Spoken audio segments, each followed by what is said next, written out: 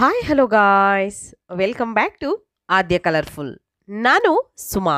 Friends, ಇವತ್ತಿನ ವಿಡಿಯೋದಲ್ಲಿ ಒಂದು ಟೇಸ್ಟಿಯಾಗಿ ಮಾಡುವಂತಹ ಒಂದು ಸ್ವೀಟ್ ರೆಸಿಪಿಯನ್ನು ನಿಮ್ಮ ಜೊತೆ ಶೇರ್ ಮಾಡ್ಕೊಳ್ತಾ ಇದ್ದೀನಿ. ಸೊ ಒಂದೇ ಥರದ ಹೋಳಿಗೆ ಪಾಯಸ ತಿಂದು ಬೇಜಾರಾಗಿದ್ದರೆ ಹೊಸ ರೀತಿಯ ಸ್ವೀಟನ್ನು ತಯಾರಿಸಿ ತಿಂದರೆ ಯಾವಾಗಲೂ ಕೂಡ ಇದನ್ನೇ ಮಾಡಿ ತಿಂತೀರಾ. ಅಷ್ಟು ಟೇಸ್ಟಿಯಾಗಿರುತ್ತೆ ಮತ್ತು ನೀವು ಯಾವತ್ತೂ ಕೂಡ ಇದನ್ನು ಮಾಡಿ ತಿಂದಿರಲ್ಲ ಅಂತ ನಾನು ಭಾವಿಸ್ತೀನಿ. ಸೊ ಖಂಡಿತವಾಗ್ಲೂ ಈ ವಿಡಿಯೋನ ನೋಡಿಕೊಂಡು ಒಂದ್ಸಲ ಈ ಒಂದು ಹೋಳಿಗೆ ಅಥವಾ ಸ್ವೀಟನ್ನು ತಯಾರಿಸಿ ನೋಡಿ ಫ್ರೆಂಡ್ಸ್. ಈಗ ಮೊದಲನೇದಾಗಿ ಈ ಒಂದು ಸ್ವೀಟ್ ತಯಾರಿಸೋದಕ್ಕೆ ಒಂದು ಬೌಲಿಗೆ ನಾನಿಲ್ಲಿ ಮೈದಾ ಹಿಟ್ಟನ್ನು ಸೇರಿಸ್ಕೊಳ್ತಾ ಇದ್ದೀನಿ. ಸೊ 2 ಕಪ್ ಆಗೋಷ್ಟು ಮೈದಾ ಹಿಟ್ಟನ್ನು ಇದಕ್ಕೆ ಹಾಕ್ಕೊಂಡಿದ್ದೀನಿ. ನಂತರ ಒಂದು 2 ಟೇಬಲ್ ಸ್ಪೂನ್ ಆಗೋಷ್ಟು ಚಿರೋಟಿ ರವೆಯನ್ನು ಇದಕ್ಕೆ ಸೇರಿಸ್ಕೊಳ್ಳೋಣ. ಫ್ರೆಂಡ್ಸ್, ನೀವ್ಯಾರಾದ್ರೂ ಫಸ್ಟ್ ಟೈಮ್ ನನ್ನ ಚಾನಲ್ಗೆ ವಿಸಿಟ್ ಮಾಡಿದರೆ ಪ್ಲೀಸ್ ನನ್ನ ಚಾನಲ್ನ ಸಬ್ಸ್ಕ್ರೈಬ್ ಮಾಡ್ಕೊಳ್ಳಿ, ಹಾಗೆ ಲೈಕ್ ಮಾಡಿ ಮತ್ತು ಹೆಚ್ಚೆಚ್ಚು ಶೇರ್ ಮಾಡಿ ಫ್ರೆಂಡ್ಸ್. ಈಗ ರವೆಯನ್ನು ಕೂಡ ಇದಕ್ಕೆ ಹಾಕ್ಕೊಂಡಿದ್ದೀವಿ. ಈಗ ನೀಟಾಗಿ ಮಿಕ್ಸ್ ಮಾಡ್ಕೊಳ್ತಾ ಇದ್ದೀನಿ. ಮೈದಾ ಮತ್ತು ರವೆ ಎರಡೂ ಕೂಡ ಚೆನ್ನಾಗಿ ಮಿಕ್ಸ್ ಆಗಬೇಕು. ಅದಕ್ಕೋಸ್ಕರ ಬೇಕು ಅಂತಂದರೆ ನೀವು ಇದಕ್ಕೆ ಅರಿಶಿನ ಕೂಡ ಹಾಕ್ಕೊಳ್ಬೋದು. ಸೊ ನಾನಿಲ್ಲಿ ಅಡುಗೆ ಅರಿಶಿನ ಏನೂ ಸೇರಿಸ್ಕೊಳ್ತಾ ಇಲ್ಲ. ಮತ್ತು ಈಗ ಸ್ವಲ್ಪ ಎಣ್ಣೆಯನ್ನು ಸೇರಿಸ್ಕೊಳ್ತಾ ಇದ್ದೀನಿ. ಒಂದು 2 ಸ್ಪೂನ್ ಆಗೋಷ್ಟು ಅಡುಗೆ ಎಣ್ಣೆಯನ್ನು ಹಾಕ್ಕೊಂಡು ಒಂದ್ಸಲ ಮಿಕ್ಸ್ ಮಾಡ್ಕೊಳ್ಳೋಣ. ಈ ರೀತಿಯಾಗಿ ನಾನು ಮಿಕ್ಸ್ ಮಾಡಿಕೊಂಡು ತಗೊಳ್ತಾ ಇದ್ದೀನಿ. ಸೊ ಫ್ರೆಂಡ್ಸ್, ತುಂಬ ಈಸಿಯಾಗಿ ಮಾಡ್ಕೊಳ್ಳುವಂತಹ ಒಂದು ಸ್ವೀಟು. ಸೊ ಖಂಡಿತವಾಗ್ಲೂ ಈ ಒಂದು ಸೀಸನ್ನಲ್ಲಿ ಮಾಡುವಂತಹ ಒಂದು ರೆಸಿಪಿ ಅಂತಲೇ ಹೇಳ್ಬೋದು. ಯಾವುದೇ ಸೀಸನ್ನಲ್ಲಿ ಯಾವುದೇ ಫ್ರೂಟ್ಸ್ ಬರಲಿ, ಆ ಸೀಸನ್ನಲ್ಲಿ ಆ ಫ್ರೂಟ್ಸ್ನ ತಿನ್ನೋದಂತೂ ಮರಿಲೇಬೇಡಿ. ಯಾಕೆ ಅಂತಂದರೆ ಅದಾದಮೇಲೆ ಮತ್ತೆ ನಾವು ತಿನ್ನಬೇಕು ಅಂದರೂ ಕೂಡ ನಮಗೆ ಕೆಲವೊಂದು ಹಣ್ಣುಗಳು ಸಿಗೋದಿಲ್ಲ. ಅದಕ್ಕೋಸ್ಕರ ಈಗ ನೋಡಿ, ಸ್ವಲ್ಪ ನೀರನ್ನು ಹಾಕ್ಕೊಂಡು ಹಿಟ್ಟನ್ನು ನಾನು ಕಲಿಸ್ಕೊಳ್ತೀನಿ. ಜಾಸ್ತಿ ತೆಳ್ಳ ಕೂಡ ಮಾಡ್ಕೋಬಾರ್ದು, ಹಾಗೆ ಗಟ್ಟಿ ಕೂಡ ಇರಬಾರ್ದು. ಅದಕ್ಕೋಸ್ಕರ ಸ್ವಲ್ಪ ಸ್ವಲ್ಪ ನೀರನ್ನು ಹಾಕ್ಕೊಂಡು ಹಿಟ್ಟನ್ನು ಕಲಿಸ್ಕೊಳ್ತಾ ಇದ್ದೀನಿ. ಈ ರೀತಿಯಾಗಿ ನಾನು ಸ್ವಲ್ಪ ಸ್ವಲ್ಪನೇ ನೀರನ್ನು ಸೇರಿಸ್ಕೊಳ್ತಾ ಇರೋದು. ಈಗ ಮಿಕ್ಸ್ ಮಾಡ್ಕೊಳ್ಳೋಣ. ನೀಟಾಗಿ ಮಿಕ್ಸ್ ಮಾಡಿಕೊಂಡು ಇದನ್ನು ಸ್ವಲ್ಪ ಎಣ್ಣೆ ಹಾಕ್ಕೊಂಡಿದ್ದೀನಿ. 1 ಸ್ಪೂನ್ ಆಗುವಷ್ಟು ಎಣ್ಣೆಯನ್ನು ಸೇರಿಸ್ಕೊಂಡಿದ್ದೀನಿ. ಇದನ್ನು ಮತ್ತೆ ನಾದ್ಕೊಳ್ತಾ ಇದ್ದೀನಿ. ನೋಡಿ, ನಾವು ಇದಕ್ಕೆ ರವೆ ಹಾಕಿರೋದ್ರಿಂದ ಸ್ವಲ್ಪ ನಾದ್ಕೋಬೇಕಾಗುತ್ತೆ. ನಾದದ ನಂತರ ಈ ರೀತಿಯಾಗಿ ನೀಟಾಗಿ ಅದನ್ನು ಕಲಸಿ ಸ್ವಲ್ಪ ನಾದ್ಕೊಂಡು ನಾವು ಇದನ್ನು ರೆಸ್ಟಿಗೆ ಇಡಬೇಕಾಗುತ್ತೆ. ಇದಕ್ಕೆ ಬೇಕು ಅಂದರೆ ಸ್ವಲ್ಪ ಎಣ್ಣೆಯನ್ನು ಹಚ್ಚಿ ಅಥವಾ 1 ಸ್ಪೂನ್ ಆಗೋಷ್ಟು ಎಣ್ಣೆಯನ್ನು ಹಾಕಿ ನೀವು ಇದರ ಮೇಲೆ ಒಂದು ಪ್ಲೇಟನ್ನು ಮುಚ್ಚಿ ಒಂದು 10 ನಿಮಿಷ ಅಥವಾ ಒಂದು ಅರ್ಧ ಗಂಟೆ ಟೈಮ್ ಇದ್ದರೆ ಇದನ್ನು ರೆಸ್ಟಿಗೆ ಬಿಟ್ಬಿಡೋಣ. ಇಲ್ಲಿ ಹಲಸಿನ ಹಣ್ಣನ್ನು ತಗೊಂಡಿದ್ದೀನಿ. ಸೊ ಹಲಸಿನ ಹಣ್ಣು ನಮಗೆ ಈ ಸೀಸನ್ನಲ್ಲಿ ಸಿಗೋವಂಥ ಹಣ್ಣು. ಸೊ ಖಂಡಿತವಾಗ್ಲೂ ಎಲ್ಲರೂ ಕೂಡ ಈ ಒಂದು ಹಣ್ಣಿನ ಮುಖಾಂತರ ಈ ಒಂದು ರೆಸಿಪಿಯನ್ನು ತಯಾರಿಸಿ ನೋಡಿ, ಫಿದಾ ಆಗೋಗ್ತೀರಾ. ಅಷ್ಟು ಟೇಸ್ಟಿಯಾಗಿ ಬರುತ್ತೆ ಈ ಒಂದು ರೆಸಿಪಿ. ಸೊ ಈಗ ಕೆಲವರಿಗೆ ಹಲಸಿನ ಹಣ್ಣು ಇಷ್ಟ ಆಗೋದಿಲ್ಲ, ಅಂಥವರು ಕೂಡ ಈ ಒಂದು ಒಬ್ಬಟ್ಟನ್ನು ಇಷ್ಟಪಟ್ಟು ತಿಂತೀರಾ, ಅಷ್ಟು ಚೆನ್ನಾಗಿರುತ್ತೆ. ಸೊ ಈಗ ಹಲಸಿನ ಹಣ್ಣನ್ನು ನಾನು ಅದರ ಬೀಜನೆಲ್ಲ ತೆಗೆದುಬಿಟ್ಟು ನಂತರ ಈ ರೀತಿ ನಾನು ಕಟ್ ಮಾಡಿಕೊಂಡು ಅದನ್ನು ತಗೊಂಡಿದ್ದೀನಿ. ಸೊ ಇಲ್ಲಿ ಸುಮಾರು ನಾನು ಒಂದು 4 ರಿಂದ 5 ಕಪ್ ಆಗೋಷ್ಟು ನಾನು ಹಲಸಿನ ಹಣ್ಣು ತಗೊಂಡಿದ್ದೀನಿ. ನಂತರ ಒಂದು ಪ್ಯಾನಿಗೆ ಒಂದು 2 ಟೇಬಲ್ ಸ್ಪೂನ್ ಆಗೋಷ್ಟು ಕಡಲೆ ಬೀಜವನ್ನು ಹುರಿತಾ ಇದ್ದೀನಿ. ಸೊ ಇದರ ಸಿಪ್ಪೆ ಏನು ಪೂರ್ತಿಯಾಗಿ ಕಪ್ಪಾಗೋದು ಬೇಡ. ಲೋ ಫ್ಲೇಮಲ್ಲೇ ಇಟ್ಕೊಂಡು ಸ್ವಲ್ಪ ನಮಗೆ ಅದರ ಒಂದು ಘಮ ಘಮವಾಗಿ ಪರಿಮಳ ಬರ್ತಾ ಇರುತ್ತಲ್ಲ ಕಡಲೆ ಬೀಜ ಹುರಿದಾಗ, ಸೊ ಆ ರೀತಿಯಾಗಿ ಬರಬೇಕು. ಸ್ವಲ್ಪ ಕ್ರಿಸ್ಪಿ ಆಗಬೇಕು.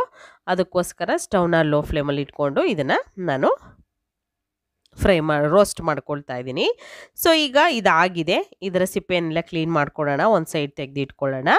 ನಂತರ ಅದೇ ಪ್ಯಾನಿಗೆ 1 ಸ್ಪೂನ್ ಆಗುವಷ್ಟು ನಾವು ಚಿರೋಟಿ ರವೆಯನ್ನು ತಗೊಳ್ತಾ ಇದ್ದೀವಿ. 1 ಟೇಬಲ್ ಸ್ಪೂನ್ ಆಗುವಷ್ಟು ಚಿರೋಟಿ ರವೆಯನ್ನು ನಾವು ಸ್ವಲ್ಪ ಅದನ್ನು ರೋಸ್ಟ್ ಮಾಡ್ಕೋಬೇಕಾಗುತ್ತೆ. ಸೊ ಸ್ಟವ್ನ ಲೋ ಫ್ಲೇಮಲ್ಲೇ ಇಟ್ಕೊಂಡು ಇದನ್ನು ರೋಸ್ಟ್ ಮಾಡ್ಕೊಳ್ಳೋಣ. ನಂತರ ಒಂದು ಪಾತ್ರೆಗೆ ನಾನಿಲ್ಲಿ ಬೆಲ್ಲವನ್ನು ಸೇರಿಸ್ಕೊಳ್ತಾ ಇದ್ದೀನಿ. ಬೆಲ್ಲದ ಪೌಡರ್ ಇದ್ದರೆ ಬೆಲ್ಲದ ಪೌಡರ್ ಕೂಡ ಉಪಯೋಗಿಸ್ಕೋಬೋದು. ನಾನು ಬೆಲ್ಲದ ಹುಂಡೆ ಇರೋದ್ರಿಂದ ಸೊ ಬೆಲ್ಲವನ್ನು ಹಾಕಿ ಸ್ವಲ್ಪ ನೀರನ್ನು ಹಾಕ್ಕೊಳ್ತಾ ಇದ್ದೀನಿ. ನೀರು ಹಾಕಿದ ನಂತರ ಇದನ್ನು ನಾವು ಕರಗೋದಕ್ಕೆ ಬಿಟ್ಬಿಡೋಣ. ಪೂರ್ತಿಯಾಗಿ ಬೆಲ್ಲ ನೀಟಾಗಿ ಕರಗಬೇಕು. ಅದಕ್ಕೋಸ್ಕರ ನೋಡಿ ಈ ರೀತಿಯಾಗಿ ಕರಗ್ತಾ ಇದೆ. ಸೊ ನೀಟಾಗಿ ಇದು ಕರಗಲಿ. ಅದಾದ ನಂತರ ನಾವು ಇದನ್ನು ಸೋಸ್ಕೊಳ್ಳೋಣ. ಈಗ ಕಡಲೆ ಬೀಜ ಸಿಪ್ಪೆ ಎಲ್ಲ ಕ್ಲೀನ್ ಮಾಡಿಕೊಂಡು ತಗೊಂಡಿದ್ದೀನಿ. ಸೊ ಈ ರೀತಿಯಾಗಿ ಕಡಲೆ ಬೀಜ ನಮಗೆ ರೆಡಿಯಾಗಿದೆ ನೋಡ್ಬೋದು ನೀವು. ಸೊ ಈಗ ಒಂದು ಮಿಕ್ಸಿ ಜಾರ್ಗೆ ಈ ಕಡಲೆ ಬೀಜವನ್ನು ಹಾಕ್ಕೊಂಡು ಪೌಡರ್ ಮಾಡ್ಕೊಂಬರೋಣ. ಇದನ್ನು ನುಣ್ಣಗೆ ನಾವು ಪೌಡರ್ ಮಾಡ್ಕೊಂಬರೋಣ, ಅಥವಾ ತರಿಯಾಗಿ ಬೇಕು ಅಂದರೆ ಹಾಗೂ ಕೂಡ ಮಾಡ್ಕೊಂಬರ್ಬೋದು, ಅಲ್ಲಲ್ಲಿ ಕಡಲೆ ಬೀಜ ಸಿಗಬೇಕು ಅಂದರೆ. ಹಾಗೆ ಇದಕ್ಕೆ ಒಂದು ಏಲಕ್ಕಿಯನ್ನು ಸೇರಿಸ್ಕೊಂಡು ನಾನು ಪೌಡರ್ ಮಾಡ್ಕೊಂಬಂದಿದ್ದೀನಿ. ನಂತರ ಈಗ ಒಂದು ತಟ್ಟೆಗೆ ತೆಗೆದಿಟ್ಕೊಂಡು ಅದೇ ಮಿಕ್ಸಿ ಜಾರ್ಗೆ ಇವಾಗ ಕಾಯಿಯನ್ನು ಸೇರಿಸ್ಕೊಳ್ತಾ ಇದ್ದೀನಿ. ಹಸಿ ಕಾಯಿ ಅಂದರೆ ಫ್ರೆಶ್ ಕೋಕೋನಟನ್ನು ನಾನು ಹಾಕ್ಕೊಳ್ತಾ ಇರೋದು. ಇಲ್ಲಿ 1/4 ಕಪ್ ಟೋಟಲ್ ಆಗಿ ತಗೊಂಡಿರೋ ಅಂಥದ್ದು ಕಾಯಿ, ಅಥವಾ ಕಮ್ಮಿ ಬೇಕು ಅಂದರೆ ಕಮ್ಮಿನೂ ಮಾಡ್ಕೋಬೋದು, ಹೆಚ್ಚಿಗೆ ಬೇಕು ಅಂದರೆ ಇನ್ನೂ ಸ್ವಲ್ಪ ಕೂಡ ಹಾಕ್ಕೊಳ್ಬೋದು. ಇದಕ್ಕೆ ಸ್ವಲ್ಪ ನೀರು ಹಾಕ್ಕೊಂಡು ನಾನು ಗ್ರೈಂಡ್ ಮಾಡ್ಕೊಂಡು ಬಂದಿದ್ದೀನಿ. ತೀರಾ ನುಣ್ಣಗೇನು ಪೇಸ್ಟ್ ಮಾಡಿಲ್ಲ, ಸ್ವಲ್ಪ ತರಿಯಾಗಿರಲಿ. ನಂತರ ಈಗ ಬೆಲ್ಲ ಎಲ್ಲ ಕರಗಿದೆ. ಸೊ ಅದನ್ನು ಈಗ ಶೋಧಿಸ್ಕೊಳ್ತಾ ಇದ್ದೀನಿ ನಾನಿಲ್ಲಿ. ಒಂದು ಪ್ಯಾನಿಗೆ ಶೋಧಿಸ್ಕೊಂಡು ತಗೊಳ್ಳೋಣ. ಈ ರೀತಿಯಾಗಿ ಶೋಧಿಸ್ಕೊಂಡ ನಂತರ ಇವಾಗ ನೀವು ನೋಡ್ಬೋದು, ಸೊ ಬೆಲ್ಲ ಸ್ವಲ್ಪ ಬಿಸಿ ಆಗ್ತಾ ಬಂತು. ಈ ಟೈಮಲ್ಲಿ ಇವಾಗ ನಾವು ಪೌಡರ್ ಮಾಡಿರೋಂಥ ಕಾಯಿ ತುರಿ ಇದೆಯಲ್ಲ, ಅದನ್ನು ಈ ಒಂದು ಬೆಲ್ಲದ ಪಾಕಕ್ಕೆ ಸೇರಿಸ್ಕೊಳ್ಳೋಣ. ಬೆಲ್ಲದ ಪಾಕಕ್ಕೆ ಹಾಕ್ಕೊಳ್ತಾ ಇದ್ದೀವಿ.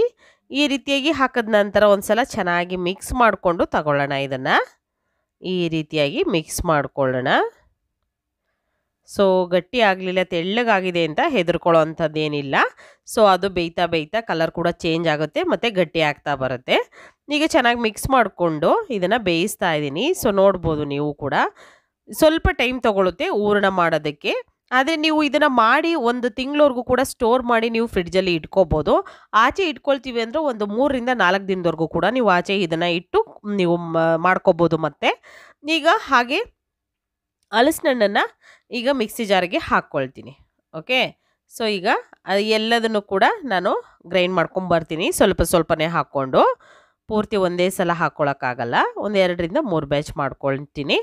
ಈ ರೀತಿಯಾಗಿ ಗ್ರೈಂಡ್ ಮಾಡ್ಕೊಂಬರ್ತೀನಿ ನುಣ್ಣಗೆ. ಎಷ್ಟು ಸಾಧ್ಯ ಆಗುತ್ತೋ ಅಷ್ಟು. ನೀರು ಬೇಕು ನಿಮಗೆ ಗ್ರೈಂಡ್ ಮಾಡೋಕ್ಕೆ ಅಂದರೆ ನೀರು ಹಾಕ್ಕೊಳ್ಳಿ ಸ್ವಲ್ಪ, ಬೇಡ ಅನ್ನೋದಾದರೆ ಹಾಗೆ ಗ್ರೈಂಡ್ ಮಾಡ್ಕೊಂಬರ್ಬೋದು. ಅದಾದ ನಂತರ ರುಬ್ಬಿರೋವಂಥ ಒಂದು ಪ್ಯೂರಿನ ಇದಕ್ಕೆ ಸೇರಿಸ್ಕೊಳ್ಳೋಣ. ಪಾಕಕ್ಕೆ ಸೇರಿಸ್ಕೊಂಡು ಒಂದ್ಸಲ ಮಿಕ್ಸ್ ಮಾಡ್ಕೊಳ್ಳೋಣ ನೀಟಾಗಿ. ಈ ರೀತಿಯಾಗಿ ಮಿಕ್ಸ್ ಆಗಬೇಕು ನಮಗೆ. ನೋಡಿದ್ರಲ್ಲ, ಹೀಗೆ ಪರ್ಫೆಕ್ಟಾಗಿ ಆಗಬೇಕು. ಸೊ ಅದಾದ ನಂತರ ಮತ್ತೊಂದು ಸಲ ರುಬ್ಬಿ ನಾನು ಸೇರಿಸ್ಕೊಳ್ತೀನಿ.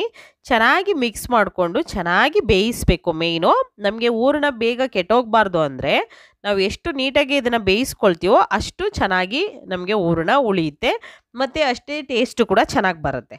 ನಂತರ ನಾವು ರೋಸ್ಟ್ ಮಾಡಿರುವಂತಹ ಒಂದು ರವೆ ಇದೆಯಲ್ಲ, ಆ ರವೆಯನ್ನು ಕೂಡ ನಾನು ಸೇರಿಸ್ಕೊಂಡಿದ್ದೀನಿ. ಪೂರ್ತಿಯಾಗಿ ರವೆಯನ್ನು ಹಾಕ್ಕೊಂಡಿದ್ದೀನಿ.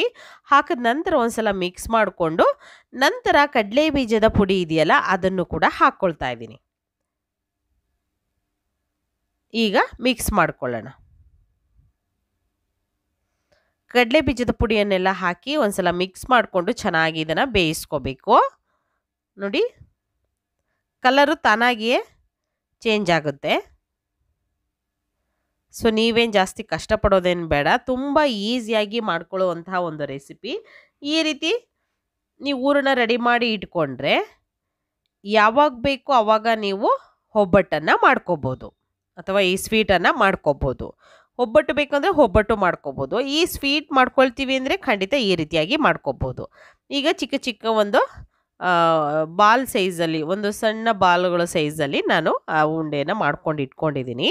ನಂತರ ಹಿಟ್ಟನ್ನು ತೋರಿಸ್ತಾ ಇದ್ದೀನಿ. ಸ್ವಲ್ಪ ಎಣ್ಣೆಯನ್ನು ಕೈಯಲ್ಲಿ ಹಚ್ಚಿ ನಾನು ಈಗ ಇದನ್ನು ನಾದ್ಕೊಳ್ತೀನಿ. ನೋಡ್ಬೋದು ಎಷ್ಟು ಸಾಫ್ಟಾಗಿ ಬಂದಿದೆ ಅಂತ.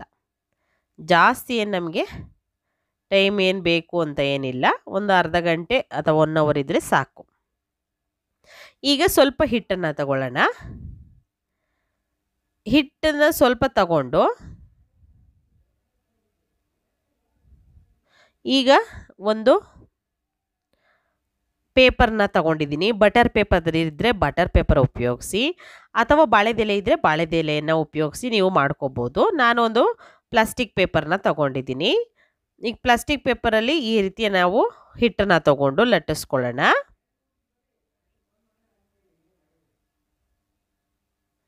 ಹೀಗೆ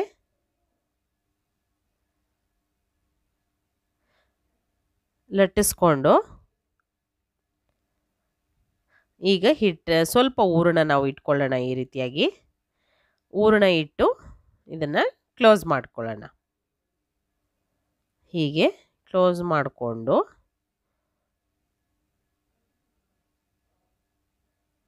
ಈ ರೀತಿ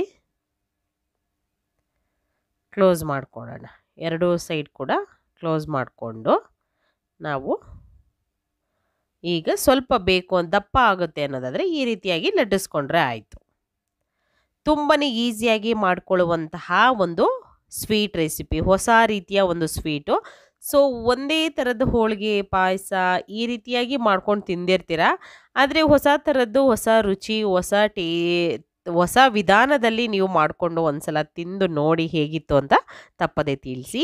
ಈಗ ನಾನು ಒಂದು ಪ್ಯಾನಿಗೆ ಒಂದು ಅರ್ಧ ಕಪ್ ಆಗೋಷ್ಟು ಸಕ್ಕರೆಯನ್ನು ಹಾಕ್ಕೊಂಡಿದ್ದೀನಿ. 1 ಕಪ್ ನೀರನ್ನು ಸೇರಿಸ್ಕೊಳ್ತಾ ಇದ್ದೀನಿ. ಈಗ ಇದನ್ನು ಸಕ್ಕರೆ ಎಲ್ಲ ಕರಗದ ನಂತರ ನಾವು ಇದನ್ನು ಪಾಕ ಮಾಡ್ಕೋಬೇಕಾಗುತ್ತೆ. ಅದಕ್ಕೋಸ್ಕರ ಜಾಸ್ತಿ ಅಂದರೆ ಒಂದೇಳೆ ಪಾಕ ಏನು ಬೇಡ, ಜಸ್ಟ್ ಅಂಟು ಪಾಕ ಆದರೆ ಸಾಕು ನಮಗೆ. ಅದಕ್ಕೋಸ್ಕರ ನಾನು ಸಕ್ಕರೆಯನ್ನು ಒಂದು ಸೈಡ್ ಇಟ್ಕೊಂಡಿದ್ದೀನಿ. ನಂತರ ಒಂದು ಪ್ಯಾನಿಗೆ ಸ್ವಲ್ಪ ಎಣ್ಣೆಯನ್ನು ಹಾಕಿ ಇದನ್ನು ನಾನು ಎರಡೂ ಸೈಡ್ ಕೂಡ ಬೇಯಿಸ್ಕೊಳ್ಳೋದಕ್ಕೆ ಹಾಕ್ಕೊಳ್ತಾ ಇದ್ದೀನಿ. ಸೊ ಈ ಸ್ವೀಟನ್ನು ಇದೇ ವಿಧಾನದಲ್ಲಿ ತಯಾರಿಸಿ, ಖಂಡಿತವಾಗ್ಲೂ ತುಂಬ ಚೆನ್ನಾಗಿ ಬರುತ್ತೆ. ಮಾಮೂಲಿ ಒಬ್ಬಟ್ಟನ್ನು ಮಾಡ್ಕೊಂಡು ತಿಂದರೆ ಅಷ್ಟು ಟೇಸ್ಟಿ ಅನಿಸೋದಿಲ್ಲ. ಈ ರೀತಿಯಾಗಿ ಮಾಡ್ಕೊಂಡು ತಿಂದು ನೋಡಿ, ನೀವು ಕೂಡ ಫಿದಾ ಆಗ್ತೀರಾ, ಅಷ್ಟು ಟೇಸ್ಟಿ ಇರುತ್ತೆ. ಸೊ ಈಗ ಟರ್ನ್ ಮಾಡಿ ಎರಡೂ ಸೈಡ್ ಕೂಡ ಸ್ವಲ್ಪ ಕಲರ್ ಚೇಂಜ್ ಆಗಬೇಕು. ನಮಗೆ ಈ ರೀತಿಯಾಗಿ ಆಗಬೇಕು. ನೋಡ್ತಾ ಇದ್ದೀರಲ್ಲ, ಈ ರೀತಿಯಾಗಿ ಚೇಂಜ್ ಆದರೆ ಪರ್ಫೆಕ್ಟಾಗಿ ಇದು ಚೆನ್ನಾಗಿ ಎಲ್ಲ ಕಡೆನೂ ಕೂಡ ಚೆನ್ನಾಗಿ ಫ್ರೈ ಆಗಿದೆ ಅಂತ. ಸೊ ನಿಧಾನವಾಗಿ ಇದನ್ನು ಒಂದು ಟಿಶ್ಯೂ ಮೇಲೆ ತೆಗೆದಿಟ್ಕೊಳ್ಳೋಣ. ಫ್ರೆಂಡ್ಸ್, ಇದನ್ನು ಬೇಕು ಅಂದರೆ ಹೀಗೆ ಕೂಡ ನೀವು ತಿನ್ಬೋದು. ಹೀಗೆ ಇದನ್ನು ಎಣ್ಣೆಲಿ ಫ್ರೈ ಮಾಡಿದ ನಂತರ ಹೀಗೆ ತಿನ್ಬೋದು. ಅಥವಾ ನಾವು ಈ ರೀತಿಯಾಗಿ ಈ ಪಾಕ ಏನು ಸಕ್ಕರೆ ಪಾಕ ಮಾಡಿದ್ದೀವಲ್ಲ, ಅದಕ್ಕೆ ನೀವು ಇದನ್ನು ಹಾಕಿ ಒಂದು 5 ನಿಮಿಷ ಬಿಟ್ಟು ಎರಡೂ ಕಡೆ ಟರ್ನ್ ಮಾಡಿ ಚೆನ್ನಾಗಿ ಪಾಕ ನೆಂದ ನಂತರ ನೀವು ಸರ್ವ್ ಮಾಡ್ಕೋಬೋದು. ನೋಡಿ, ಈಗ ಎರಡೂ ಸೈಡ್ ಕೂಡ ಇದನ್ನು ಟರ್ನ್ ಮಾಡಿ ನಾನು ಸ್ವಲ್ಪ ಹೊತ್ತು ಒಂದು 5 ನಿಮಿಷ ಇದು ಪಾಕದಲ್ಲಿ ಬಿಟ್ಬಿಟ್ರೆ ಸಾಕಾಗುತ್ತೆ. ನಮಗೆ ಪರ್ಫೆಕ್ಟಾಗಿ ಇರೋಂತಹ ಹೋಳಿಗೆ ರೆಡಿ ಆಗುತ್ತೆ. ಸೊ ಇವತ್ತಿನ ಈ ಒಂದು ಹೋಳಿಗೆ ರೆಸಿಪಿ ನಿಮಗೆಲ್ಲರಿಗೂ ಕೂಡ ಇಷ್ಟ ಆಗಿದೆ ಅಂತ ನಾನು ಭಾವಿಸ್ತೀನಿ. ಇಷ್ಟ ಆಗಿದ್ರೆ ಚಾನಲ್ನ ಸಬ್ಸ್ಕ್ರೈಬ್ ಮಾಡ್ಕೊಳ್ಳಿ ಫ್ರೆಂಡ್ಸ್, ಲೈಕ್ ಮಾಡಿ ಮತ್ತು ಹೆಚ್ಚೆಚ್ಚು ಶೇರ್ ಮಾಡೋದಂತೂ ಮರಿಬೇಡಿ. ಇವತ್ತಿನ ವಿಡಿಯೋನ ಇಲ್ಲಿಗೆ ಮುಗಿಸ್ತಾ ಇದ್ದೀನಿ. ಮತ್ತೆ ಇನ್ನೊಂದು ಹೊಸ ವಿಡಿಯೋ ಜೊತೆ ಬರ್ತೀನಿ ಫ್ರೆಂಡ್ಸ್. ಅಲ್ಲಿವರೆಗೂ take care, bye, see you.